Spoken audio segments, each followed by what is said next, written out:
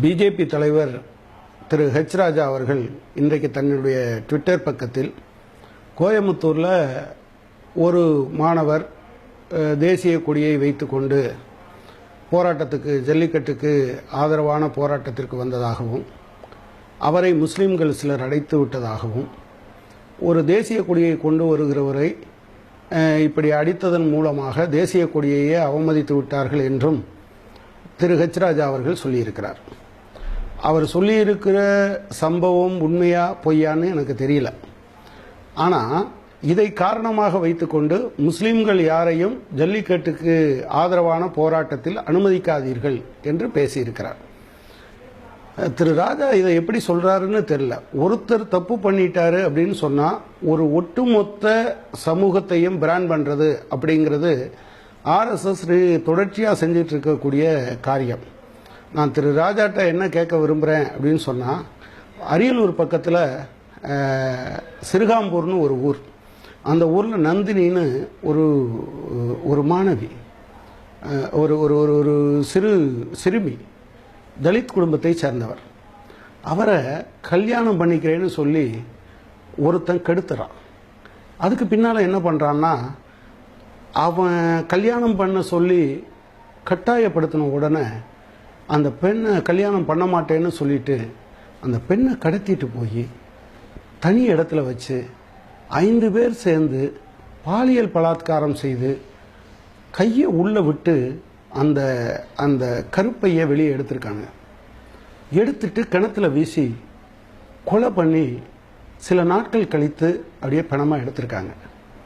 அந்த காதலிச்சவன் யார் தெரியுமா? இந்து முன்னணியினுடைய அந்த ஒன்றிய செயலாளர், பேரு மணிகண்டன். நான் என்ன கேட்க விரும்புகிறேன் திரு ராஜாட்ட, ஒரு இந்து முன்னணியினுடைய ஒன்றிய செயலாளர் இப்படி செஞ்சதுனால இந்து முன்னணிக்காரங்க எல்லாம் இப்படி தான் செய்வாங்கன்னு சொன்னால் ராஜா ஒத்துப்பாரா? ஏன் இப்படி பேசுகிறார் என்று தெரியவில்லை. வாய்ப்பு கிடைக்கிற போதெல்லாம், ஒற்றுமை ஏற்படுகிற போதெல்லாம் விஷத்தை தூவுகிற இந்த வேலையை செய்கிறார். இது நல்லதல்ல நாட்டுக்கு. ஒரு ரொம்ப இதாக வேற பேசியிருக்காரு. தேசிய கொடியை அவமதிக்கலாமா? நான் திரு ராஜாட்ட சொல்ல விரும்புகிறேன், இந்த மூவர்ண கொடியை 2002ஆம் ஆண்டு வரை நீங்கள் உங்கள் ஆர்எஸ்எஸ் அலுவலகத்தில் ஏற்ற தடை விதித்திருந்தீர்கள். உண்டா இல்லையா? 1946 ஆகஸ்ட் 14ஆம் தேதி உங்க ஆர்கனைசர் பத்திரிகையில் இந்த மூவர்ண கொடியை ஏற்கவும் மாட்டோம், மதிக்கவும் மாட்டோம்னு நீங்க எழுதினது உண்மையா இல்லையா? ஏன் இப்படி பேசுறீங்க? இது என்ன, நீங்க வரலாறே தெரியாது, இளைஞர்களும் மாணவர்களுக்கும் வரலாறு தெரியாதுன்னு நினைக்கிறீங்களா? தயவு செய்து இப்படி பண்ணாதீங்க. அப்புறம் அவன் மாட்டுக்கறி சாப்பிட்றான், எனவே முஸ்லீம்களை அனுமதிக்காதீங்கன்னு சொல்றீங்க. இந்தியாவில் மாட்டுக்கறி சாப்பிட்றது முஸ்லீம்கள் மட்டும்தான் சாப்பிட்றாங்களா? இந்துக்களில் யாருமே சாப்பிட்றது கிடையாதா? உங்களுக்கு தெரியாதா திரு ராஜா அவர்களே? ஏன் இப்படி சொல்றீங்க? நான் என்ன கேட்குறேன், இது சாப்பிட்றதே தப்பு, ஆனால் நீங்கள் சாப்பிட மாட்டேன்னு சொல்லுவீங்க, மாட்டுக்கறியை உற்பத்தி பண்ணி வெளிநாட்டுக்கு ஏற்றுமதி பண்ணுவீங்க. நீங்கள் உத்தரப்பிரதேசத்தில் உங்கள் கட்சிக்காரங்க அதை பண்ணலைன்னு சொல்லுங்கள், அதுவும் அரபு மொழியில் பேர் வச்சுக்கிட்டு இல்லைன்னு சொல்லுங்கள். நீங்கள் உங்களால் சொல்ல முடியாது திரு ராஜா. அவங்ககிட்ட நீங்கள் டொனேஷன் வாங்கி, நாய் வித்த காசு குறைக்காதுன்னு சொல்லுவாங்க, மாட்டுக்கறி வித்த காசு அது ஒன்றும் திகட்டாதுன்னு வாங்கி வாங்கி நீங்கள் தேர்தலுக்கு அந்த காசை வாங்கிக்கிட்டு நீங்கள் மாட்டுக்கறி சாப்பிட்றவங்களாம் மோசம்னு வேற திட்டிகிட்டு அலைகிறீங்க. இதை எப்படி எந்த வகையில் சேர்க்கறது அப்படின்னு எனக்கு தெரியல. அதே போல் உங்களுடைய லாங்குவேஜஸ் தயவு செஞ்சு மாற்றிக்கங்க. நாகரிக உலகத்துக்கு வந்துட்டோம். உங்கள் சுப்பிரமணிய சாமி பொறுக்கின்னு சொல்கிறார். அவர் சொல்கிறார், தமிழகத்தினுடைய மக்களை பார்த்து அப்படி சொல்கிறார், என்னுடைய பிரதிநிதியை சொன்னால் என்னை சொன்னதாக அர்த்தம். இதை நீங்கள் ஏற்றுக்கிறீங்களா?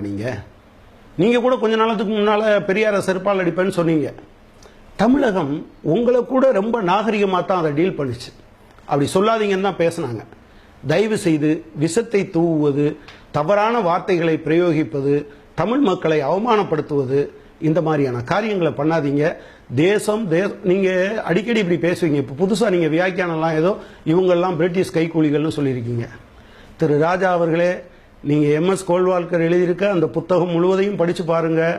பஞ்சாப் தாட்ஸ்னு இங்கிலீஷில் வந்திருக்கு, உங்களுக்கு நான் சொல்ல வேண்டியதில்லை. ஞானகங்கைன்னு தமிழில் போட்டிருக்கீங்க. தூக்கு மேடை ஏறியவர்களை கொச்சைப்படுத்தியவர்கள் நீங்கள். தயவு செஞ்சு அப்படி பண்ணாதீங்க. இப்போ கூட கொஞ்ச நாளைக்கு முன்னால் டிமானிட்டைசேஷனுக்கு எதிராக போராடினா நீங்கள் என்ன பேசிகிட்டு இருந்தீங்க? எல்லையில் ராணுவத்தை உங்கள் ஆட்கள் எல்லாம் அப்படி பேசிட்டு இருந்தாங்க.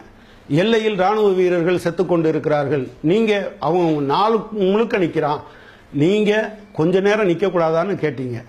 நான் உங்கள்கிட்ட கேட்க விரும்புகிறேன், இப்போ ராணுவ வீரன் சொல்லியிருக்கானே, அடியில் இருக்கிறத எடுத்தா கூட்டு, கலக்கி விட்டு எடுத்தோன்னா சாம்பார், தெளிய விட்டு எடுத்தா ரசம், எங்களுக்கு வெறும் ரொட்டியை மட்டும் கொடுக்குறீங்க, எங்களால் சாப்பிட முடியலைன்னு சொல்கிறானே, இதுதான் நீங்கள் ராணுவ வீரர்களுக்கு கொடுக்குற மரியாதையா? தயவு செய்து பேச்சொன்றும் செயலொன்றுமாக இருப்பதை, ஒரு ஒட்டுமொத்த ஒற்றுமை வருகிற போது அதற்குள் நீங்கள் ஒரு கத்தி எடுத்துகிட்டு வந்து வெட்டாதீங்க, அது நல்லதில்லை. நான் பிஜேபி நண்பர்களை கேட்டுக்கொள்ள விரும்புகிறேன், தயவு செஞ்சு இந்த மாதிரி பேசுகிறத RSS அல்லாத பிஜேபி நண்பர்களாவது இதை கண்டிக்க வேண்டும் என்று நான் கேட்டுக்கொள்ள விரும்புகிறேன்.